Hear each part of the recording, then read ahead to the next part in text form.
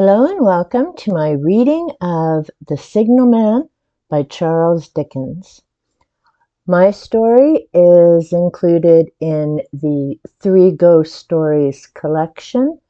I do know that it is available in other anthologies and collections of Victorian stories. Let me know in the comments down below if you have The Signalman in a different collection.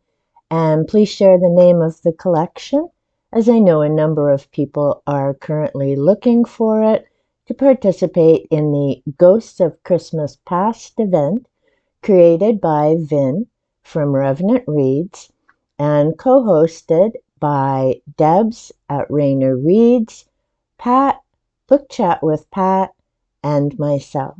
This will now be my second reading of a Charles Dickens short story. Let me know in the comments down below if you have read Dickens before and what are some of your favorite Dickens reads. The Signalman. "Hello! Below there!" When he heard a voice thus calling to him, he was standing at the door of his box with a flag in his hand, furled round its short pole. One would have thought, considering the nature of the ground, that he could not have doubted from what quarter the voice came, but instead of looking up to where I stood on the top of the steep cutting nearly over his head, he turned himself about and looked down the line. There was something remarkable in his manner of doing so, though I could not have said for my life what.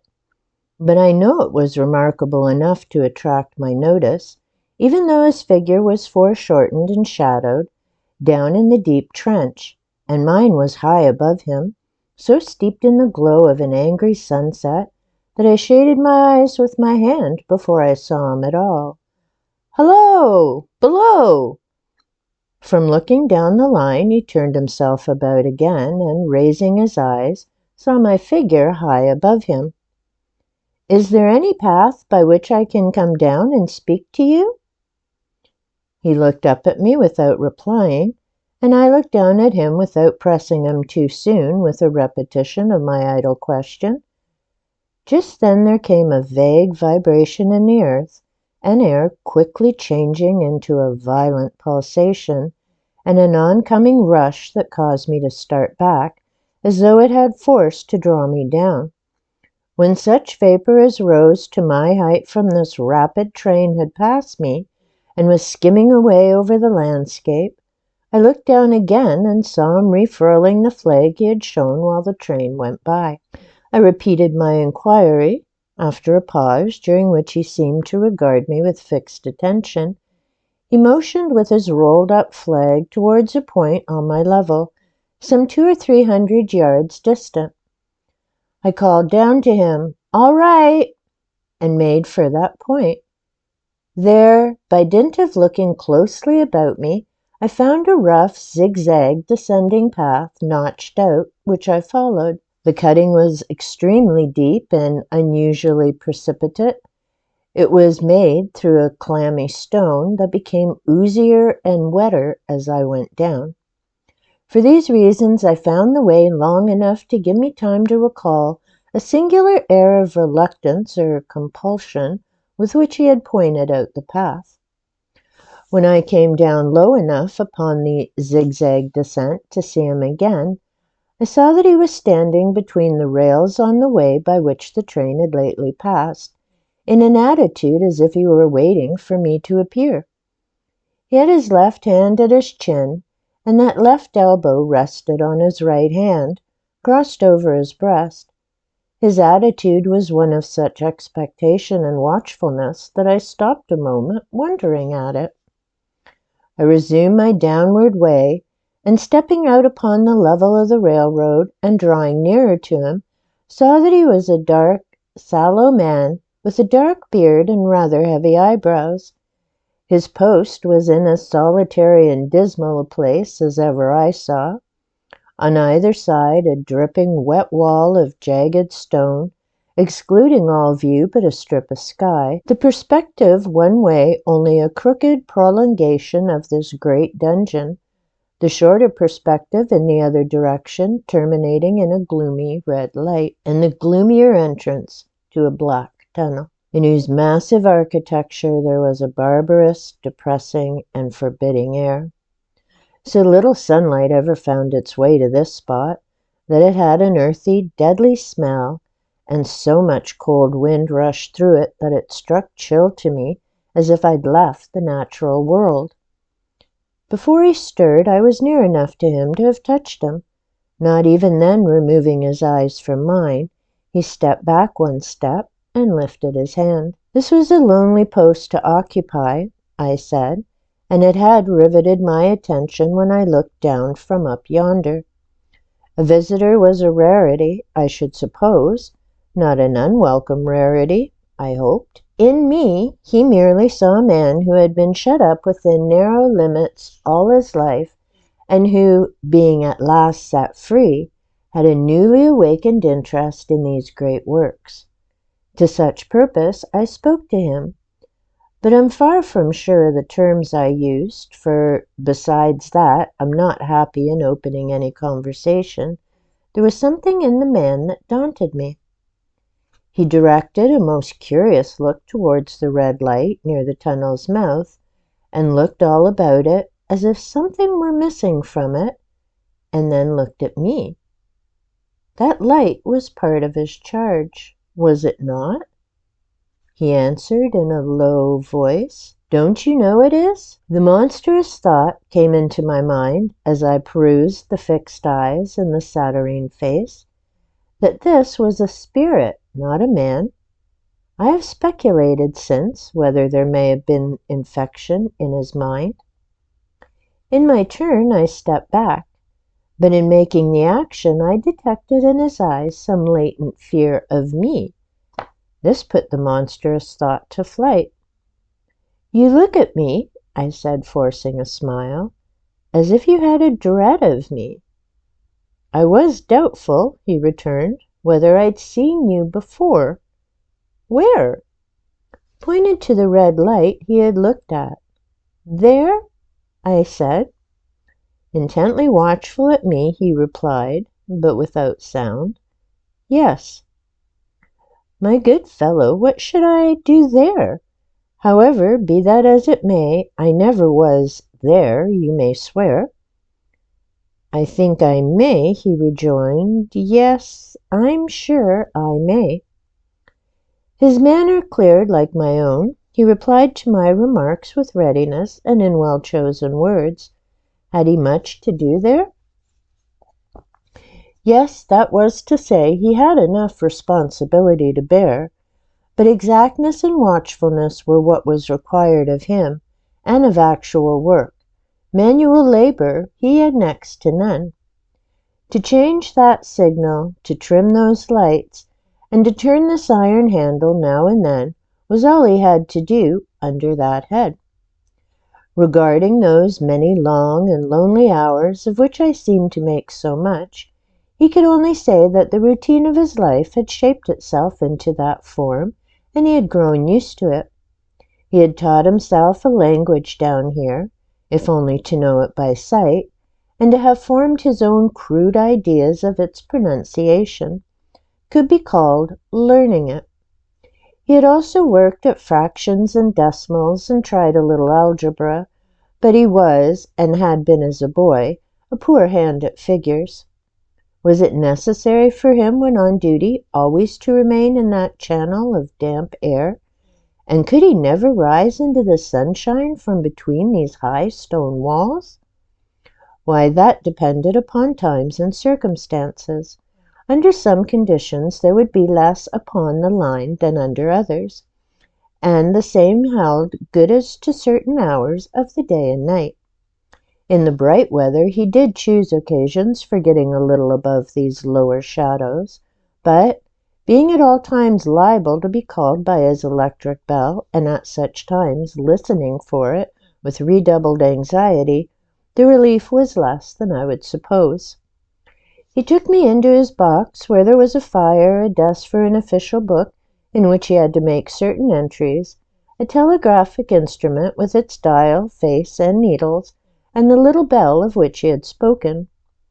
On my trusting that he would excuse the remark that he'd been well educated, and I hoped I might say without offence, perhaps educated above that station, be observed that instances of slight incongruity in such wise would rarely be found, wanting among large bodies of men, that he had heard it was so in workhouses, in the police force, even in the last desperate resource, the army, and that he knew it was so, more or less, in any great railway staff. He had been, when young, if I could believe it, sitting in that hut, he scarcely could, a student of natural philosophy, and had attended lectures, but he had run wild, misused his opportunities, gone down, and never risen again. He had no complaint to offer about that. He had made his bed, and he lay upon it. It was far too late to make another. All that I have here condensed, he said in a quiet manner, with his grave, dark regards divided between me and the fire. He threw in the word sir from time to time, and especially when referred to his youth, as though to request me to understand that he claimed to be nothing but what I found him. He was several times interrupted by the little bell, and had to read off messages and send replies. Once he had to stand without the door and display a flag as a train passed, and make some verbal communication to the driver. In the discharge of his duties, I observed him to be remarkably exact and vigilant, breaking off his discourse at a syllable, and remaining silent until what he had to do was done. In a word, I should have set this man down as one of the safest of men to be employed in that capacity, but for the circumstance that while he was speaking to me, he twice broke off with a fallen color, turned his face towards the little bell when it did not ring, opened the door of the hut, which was kept shut to exclude the unhealthy damp, and looked out towards the red light near the mouth of the tunnel. On both of those occasions he came back to the fire with the inexplicable air upon him which I had remarked, without being able to define when we were so far asunder. Said I, when I rose to leave him, "You almost make me think that I've met with a contented man." I'm afraid I must acknowledge that I said it to lead him on. "I believe I used to be so," he rejoined in the low voice in which he had first spoken. "But I'm troubled, sir, I'm troubled." He would have recalled the words if he could. He had said them, however, and I took them up quickly. "With what? What is your trouble?" "It's very difficult to impart, sir. It's very, very difficult to speak of. If you ever make me another visit, I will try to tell you. But I expressly intend to make you another visit. Say, when shall it be?" "I go off early in the morning, and I shall be on again at 10 tomorrow night, sir." "I will come at 11. He thanked me and went out at the door with me. "I'll show my white light, sir," he said, in his peculiar low voice, "till you have found the way up. When you have found it, don't call out. And when you are at the top, don't call out." His manner seemed to make the place strike colder to me, but I said no more. "Very well. And when you come down tomorrow night, don't call out. Let me ask you a parting question. What made you cry, 'Hello, below there,' tonight?" "Heaven knows," said I. "I cried something to that effect." "Not to that effect, sir. Those were the very words. I know them well." "Admit those were the very words. I said to them, no doubt, because I saw you below. For no other reason? What other reason could I possibly have? You had no feeling that they were conveyed to you in any supernatural way?" "No." He wished me good night and held up his light. I walked by the side of the down line of rails with a very disagreeable sensation of a train coming behind me until I found the path. It was easier to mount than to descend, and I got back to my inn without any adventure.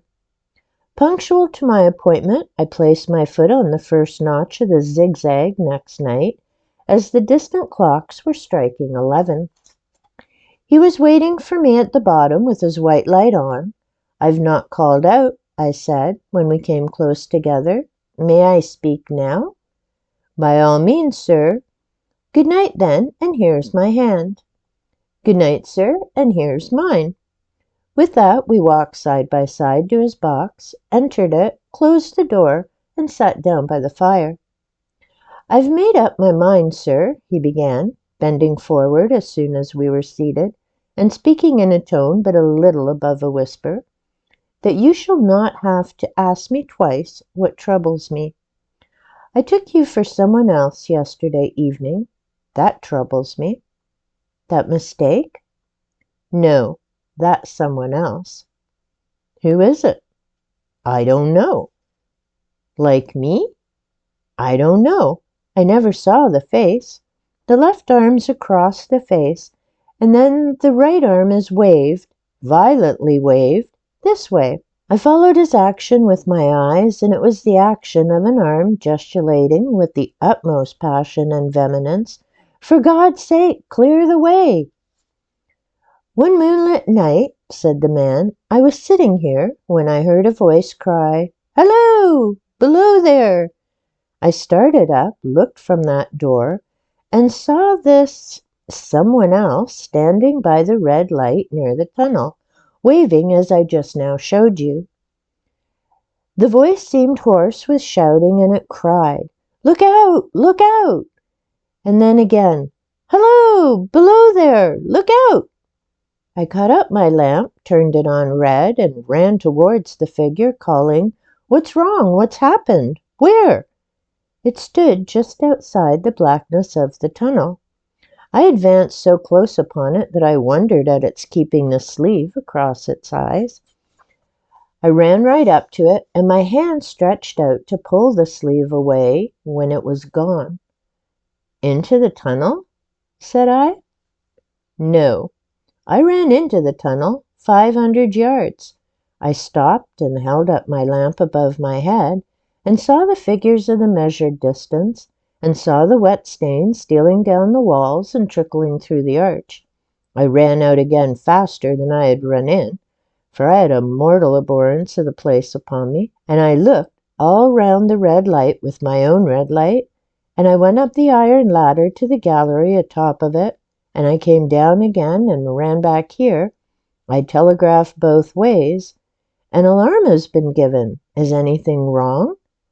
The answer came back, both ways, 'All well.' Resisting the slow touch of a frozen finger tracing up my spine, I showed him how that this figure must be a deception of his sense of sight, and how that figures originating in disease of the delicate nerves that minister to the functions of the eye were known to have often troubled patients, some of whom had become conscious of the nature of their affliction, and had even proved it by experiments upon themselves. 'As to an imaginary cry,' said I, 'do but listen for a moment to the wind in this unnatural valley while we speak so low, and to the wild harp it makes of the telegraph wires.' That was all very well," he returned, after we had sat listening for a while, "and he ought to know something of the wind and the wires, he who so often passed long winter nights there, alone and watching. But he would beg to remark that he had not finished. I asked his pardon, and he slowly added these words touching my arm. 'Within 6 hours after the appearance, the memorable accident on this line happened, and within 10 hours the dead and wounded were brought along through the tunnel over the spot where the figure had stood.' A disagreeable shudder crept over me, but I did my best against it. It was not to be denied, I rejoined, that this was a remarkable coincidence, calculated deeply to impress his mind, but it was unquestionable that remarkable coincidences did continually occur, and they must be taken into account in dealing with such a subject. Though, to be sure, I must admit," I added, for I thought I saw that he was going to bring the objection to bear upon me, "men of common sense did not allow much for coincidences in making the ordinary calculations of life. He again begged to remark that he had not finished. I again begged his pardon for being betrayed into interruptions. This, he said, again laying his hand upon my arm and glancing over his shoulder with hollow eyes, was just a year ago. 6 or 7 months passed, and I had recovered from the surprise and shock when one morning as the day was breaking, I, standing at the door, looked towards the red light and saw the spectre again. He stopped with a fixed look at me. Did it cry out? No, it was silent. Did it wave its arm? No, it leaned against the shaft of the light with both hands before the face, like this. Once more I followed his actions with my eyes. It was an action of mourning. I've seen such an attitude in stone figures on tombs. Did you go up to it? I came in and sat down, partly to collect my thoughts, partly because it had turned me faint. When I went to the door again, daylight was above me and the ghost was gone. But nothing followed, nothing came of this? He touched me on the arm with his forefinger twice or thrice, giving a ghostly nod each time. That very day, as a train came out of the tunnel, I noticed at a carriage window on my side what looked like a confusion of hands and heads, and something waved. I saw it just in time to signal the driver, "Stop." He shut off and put his brake on, but the train drifted past here 150 yards or more. I ran after it, and as I went along, heard terrible screams and cries. A beautiful young lady had died instantaneously in one of the compartments, and was brought in here and laid down on this floor between us. Involuntarily I pushed my chair back, as I looked from the boards at which he pointed to myself. True, sir, true, precisely as it happened, so I tell it you. I could think of nothing to say to any purpose, and my mouth was very dry. The wind and the wires took up the story with a long, lamenting wail. He resumed, Now, sir, mark this, and judge how my mind is troubled. The spectre came back a week ago. Ever since, it has been there, now and again, by fits and starts. At the light? At the danger light. What does it seem to do? He repeated, if possible with increased passion and vehemence, that former gesticulation of, "For God's sake, clear the way." Then he went on, I have no peace or rest for it. It calls to me for many minutes together in an agonized manner. Below there! Look out! Look out! It stands waving to me. It rings my little bell. I caught at that. Did it ring your bell yesterday evening when I was here, and you went to the door? Twice. Why, see, said I, how your imagination misleads you. My eyes were on the bell, and my ears were open to the bell, and if I am a living man, it did not ring at those times. No, not at any other time, except when it was rung in the natural course of physical things by the station communicating with you. He shook his head. I've never made a mistake as to that yet, sir. I've never confused the spectre's ring with the man's. The ghost's ring is a strange vibration in the bell that it derives from nothing else, and I've not asserted that the bell stirs to the eye. I don't wonder that you failed to hear it, but I heard it. And did the spectre seem to be there when you looked out? It was there. Both times? He repeated firmly, both times. Will you come to the door with me and look for it now? He bit his underlip as though he were somewhat unwilling, but arose. I opened the door and stood on the step while he stood in the doorway. There was the danger light. There was the dismal mouth of the tunnel. There were the high, wet stone walls of the cutting. There were the stars above them. Do you see it? I asked him, taking particular note of his face. His eyes were prominent and strained, but not very much more so, perhaps, than my own had been when I directed them earnestly towards the same spot. "No," he answered, "it's not there." "Agreed," said I. We went in again, shut the door, and resumed our seats. I was thinking how best to improve this advantage, if it might be called one, when he took up the conversation in such a matter-of-course way, so assuming that there could be no serious question of fact between us, that I felt myself placed in the weakest of positions. "By this time you'll fully understand, sir," he said, "that what troubles me so dreadfully is the question, what does the spectre mean?" I was not sure, I told him, that I fully understood. "What is its warning against?" he said, ruminating with his eyes on the fire, and only by times turning them on me. "What is the danger? Where is the danger? There's danger overhanging somewhere on the line. Some dreadful calamity will happen. It's not to be doubted this third time, after what's gone before. But surely this is a cruel haunting of me. What can I do?" He pulled out his handkerchief and wiped the drops from his heated forehead.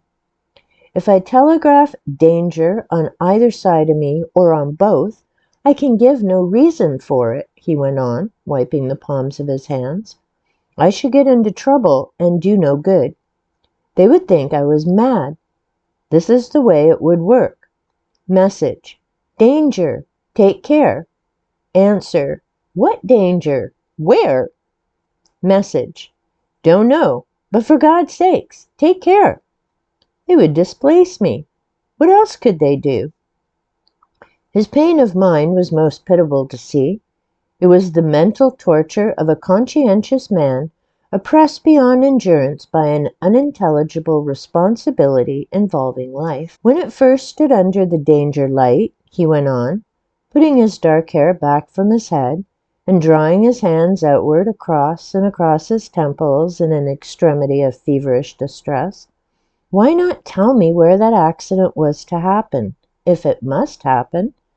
Why not tell me how it could be averted, if it could have been averted?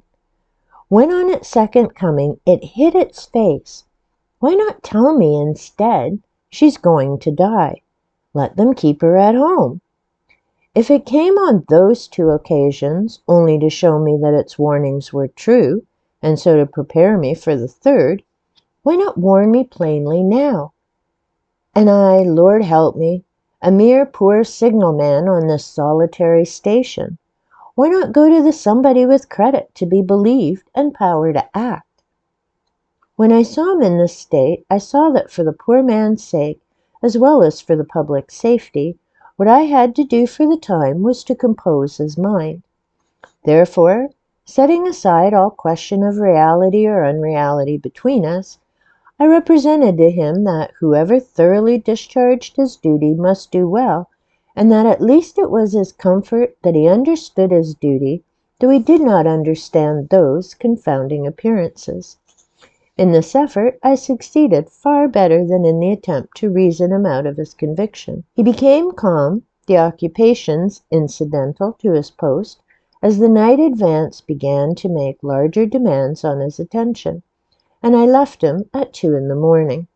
I had offered to stay through the night, but he would not hear of it. That I more than once looked back at the red light as I ascended the pathway, that I did not like the red light, and that I should have slept but poorly if my bed had been under it, I see no reason to conceal.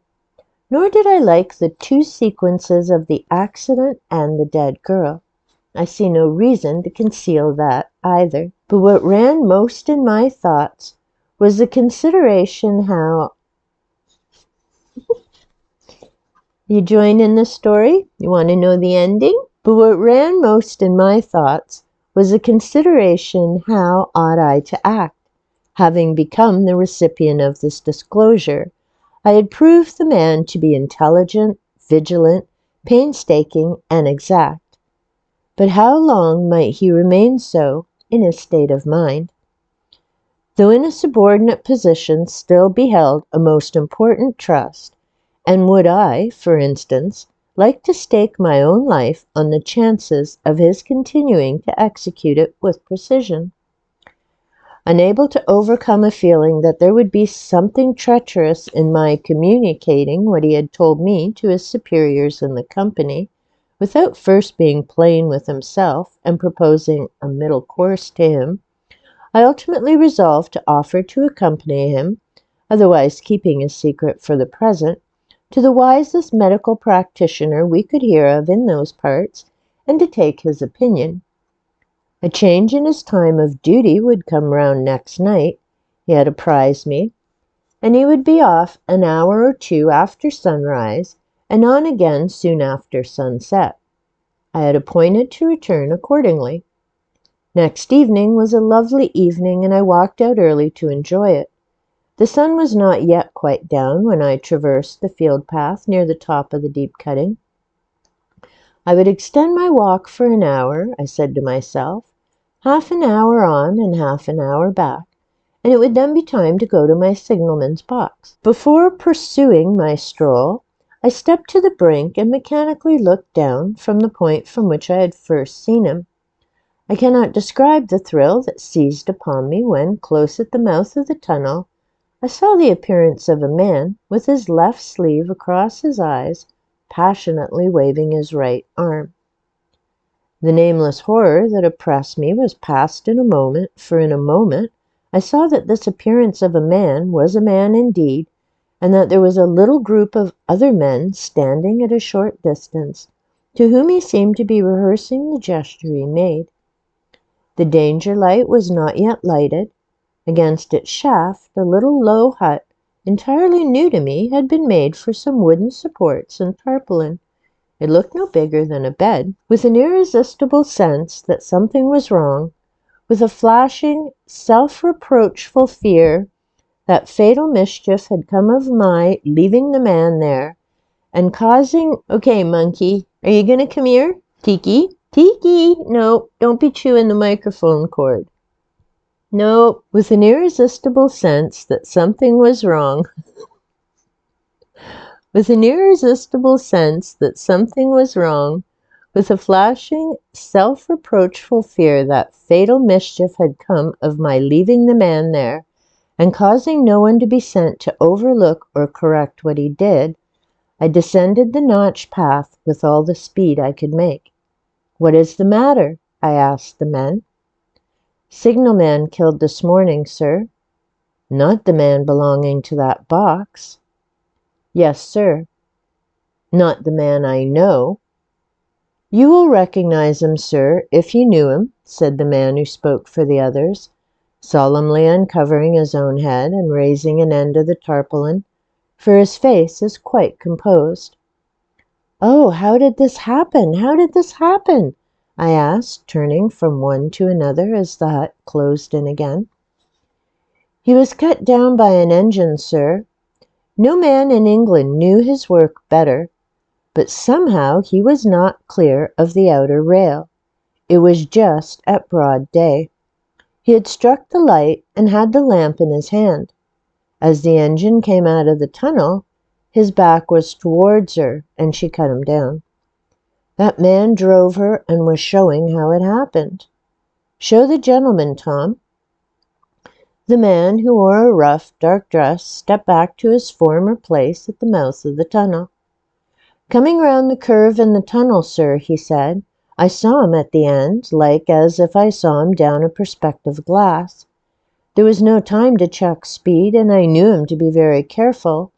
As he didn't seem to take heed of the whistle, I shut it off when we were running down upon him, and called to him as loud as I could call." "What did you say?" "I said, 'Below there! Look out! Look out! For God's sakes, clear the way!'" I started. It's a dreadful time, sir. I never left off calling to him."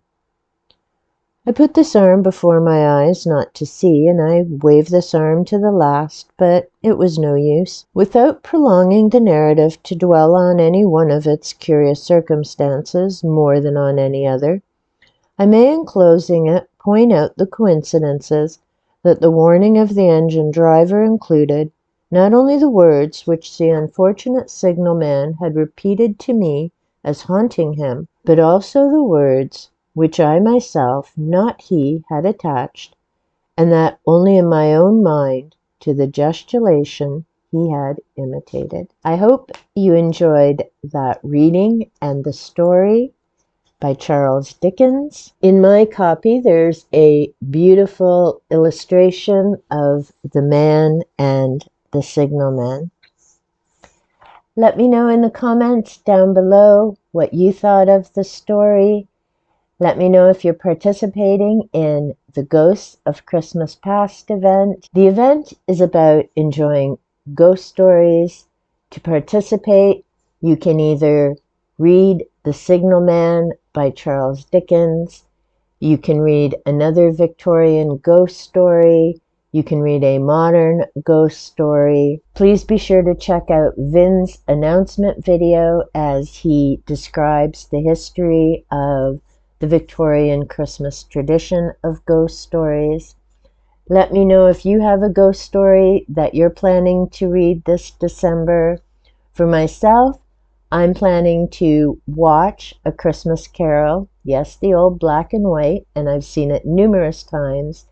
But I also now have a copy of The Christmas Carol that I found at my thrift store, so I will be reading it for the first time ever, as well as watching it. Until next time, remember, sometimes coincidences have major consequences. Be safe, be well, and take good care.